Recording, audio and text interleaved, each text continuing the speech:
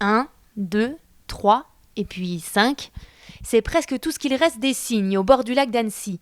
Il y a 4 ans, ils étaient encore une quarantaine à barboter près des berges. Un triste constat que fait Marie-Jo Dutel de la Ligue de protection des oiseaux.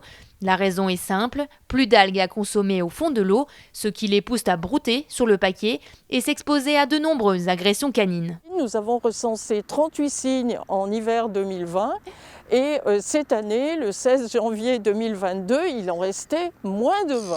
C'est une année absolument exceptionnelle et cela c'est dû pas simplement au manque d'alimentation mais au fait que les chiens les ont beaucoup attaqués, blessés et fait disparaître petit à petit. Des attaques menées par des chiens de compagnie non tenus en laisse. Cet hiver, 2 cygnes ont été gravement attaqués. L'un a pu être sauvé, mais ce dernier n'a pas eu cette chance. Alors lui, il avait été vraiment attaqué par des chiens. Avec donc sur la radio, on observe de multiples fractures et on voit les cailloux parce qu'il a été traîné dans les graviers. Bon, cet animal est décédé très rapidement après son admission, mais le pronostic de toute façon était extrêmement mauvais dès son arrivée.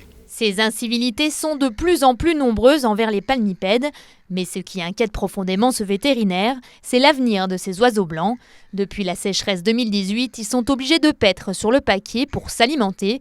Pour lui, il faudrait trouver une solution de fond pour réintroduire les algues au fond du lac. C'est pas simplement la biologie des cygnes qui est en cause, mais toute la biologie du lac. Et donc toute la biodiversité autour du lac. Et là, il faut qu'on se tourne vers des organismes qui sont susceptibles de gérer la biologie du lac pour pouvoir trouver des solutions dans le lac lui-même. En attendant, rappelez-vous bien d'une chose, il est formellement interdit de promener son chien en liberté sur le paquier, sous peine d'une amende de 150 €.